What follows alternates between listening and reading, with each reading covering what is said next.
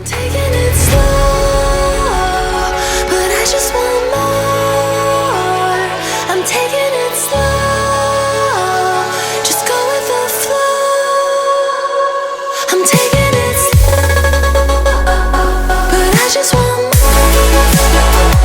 I'm taking it slow, just go with the flow. I'm taking it slow, my knees on the floor. I'm begging for more. It's you I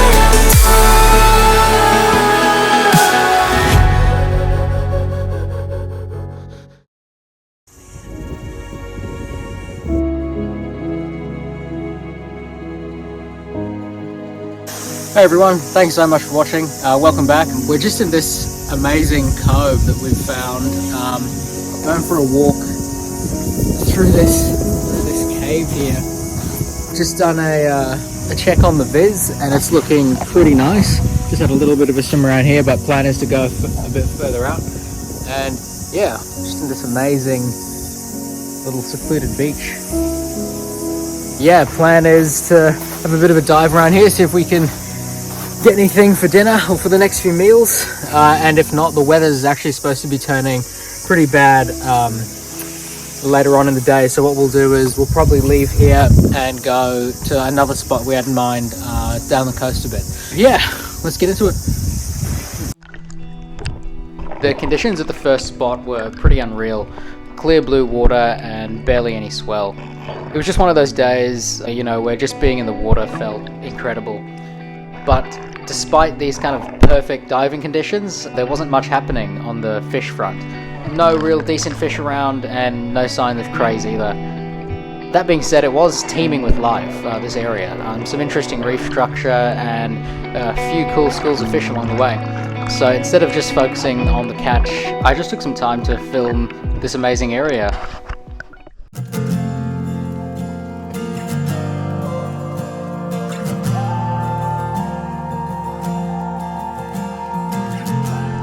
Just diving down here into a cave, and it really is incredible what you can find in underwater caves, especially in terms of all the cool little species that live in there.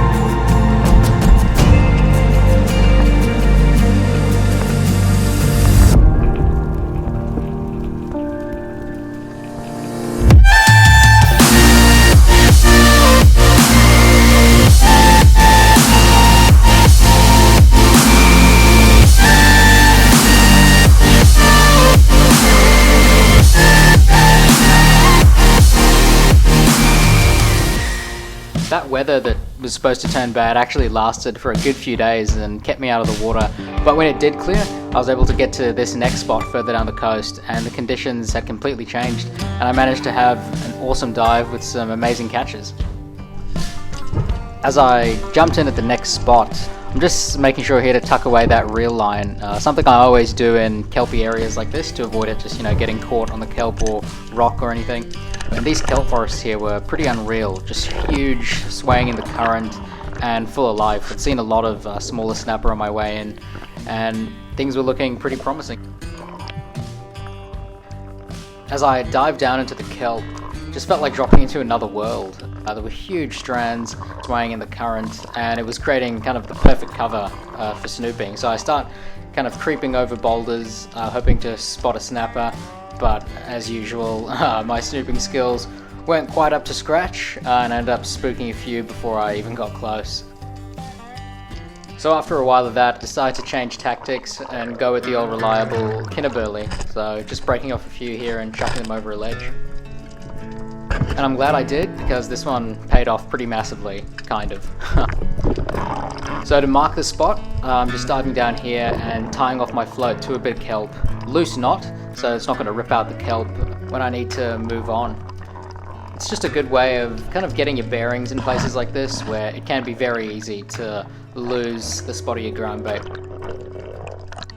As I let that sit for a while, I move on and just swim around the area having a bit of a hunt, and I was lucky enough to stumble upon a nice butterfish.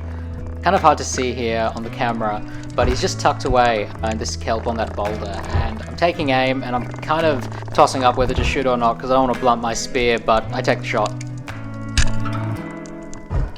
At first I wasn't sure if I got him, but when I pull him up, it was a good shot, stone shot, and I had my first butterfish, a nice one as well. He was around 45 centimeters.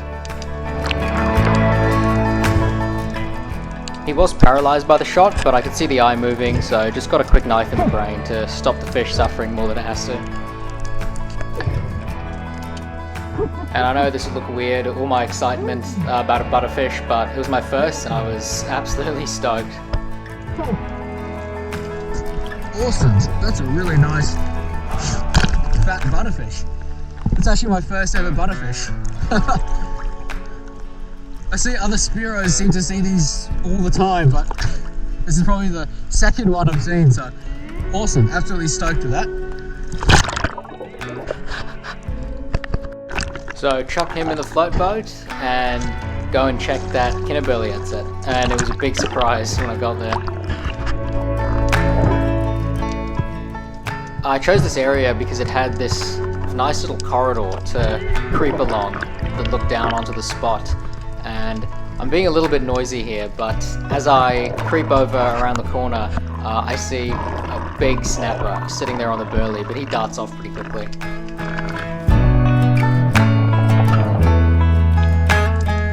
So I back off a bit, chuck a few more kinner over, and hope that he comes back, which he does. While I was off looking for crays and shot that butterfish, I've just seen probably one of the biggest snapper I've seen before on that little burley I set. So I'll give it a few minutes and see if we can get him. After giving it a few minutes and refreshing the kinnerburley, I'm going down once again, following that same path, and lucky for me, he was there. Probably the biggest snapper I've seen. Probably not huge, but you know, for me, he probably was pushing 15 pounds or so, I'd say. So I'm just creeping up here and being really quiet this time, and you can just see him there in the distance, big shadow, and he seems pretty preoccupied with the kinner. So here's my chance. I reach out, ready to just make this easy shot, and I miss. I can't believe it. I'm absolutely devastated. I still am, just watching this while I'm making this video. But yeah, I miss, and he swims off into the murk. As I was floating above the spot, just replaying that miss in my head, I noticed a ledge below me. So I dived down to check it out, and sure enough, after only a second of looking under this ledge, it was just packed with crayfish, with a nice big male sitting out the front, just there on the right. He was sitting in front of quite a deep hole, so I had to be careful not to spook him back with those long feelers sticking out. So off camera, what I'm doing here is distracting him with my right hand and going in hard and fast with the left. After a bit of a fight, I managed to get the other hand to it and pull out a solid cray. Bit of redemption after that missed shot.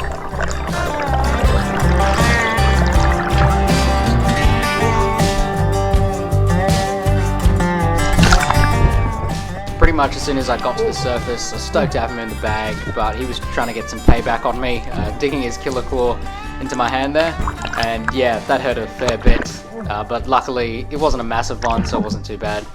But definitely a reminder to keep a better grip next time.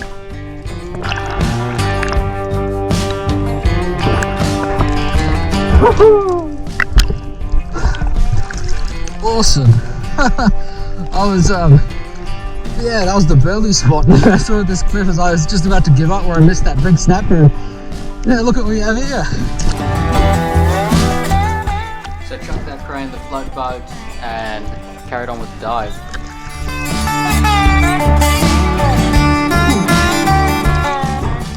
After that cray, I was pretty much ready to call it a day, but as I was swimming back to shore, I spotted a big pair of porae cruising by, so dived down to check it out. Spook one straight away, but the other comes right at me, just giving me a perfect shot. So I line it up and take it.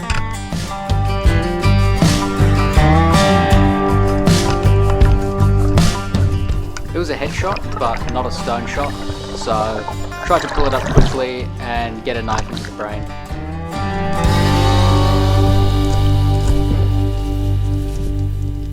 I held off on bleeding and gutting this fish just because of the risk of sharks in the area, so I did it when I got closer to shore. It's a pretty good porae.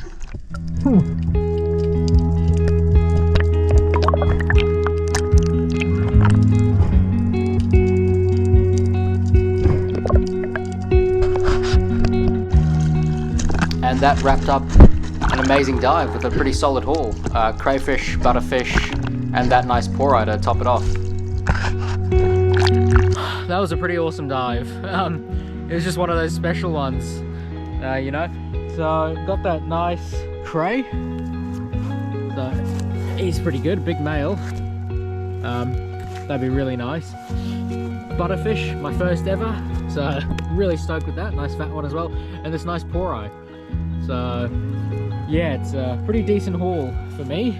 I usually try and be conservative with how much I take, but got my girlfriend and her family to feed, so 4 of us, so nothing will go to waste. And yeah, it'll be really nice to try that butterfish. I've been hearing, you know, obviously other spearos talk about butterfish all the time, and this is the second one I've ever seen. So that was really cool. It's a shame about that big snapper. That was one of the biggest I've ever seen, I gotta say, even though, you know, I wasn't that close. But I don't know what happened when I shot him. I'll have to look at the footage again. But yeah, that finding that cray just under that ledge, right where I'd set the burley, that was a pretty good consolation prize for missing that snapper.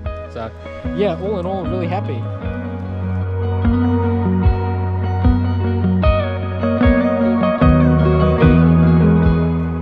Anyway, that's it for this one. Thank you guys so much for watching. As always, it really does mean a lot. Those are 2 pretty cool spots. Even though the first one wasn't that productive, it was just an amazing place to be and film. And the second one, yeah, got onto those 3 nice fish. Hope you enjoyed that one, and I'll see you in the next one, hopefully sometime soon. Cheers, guys.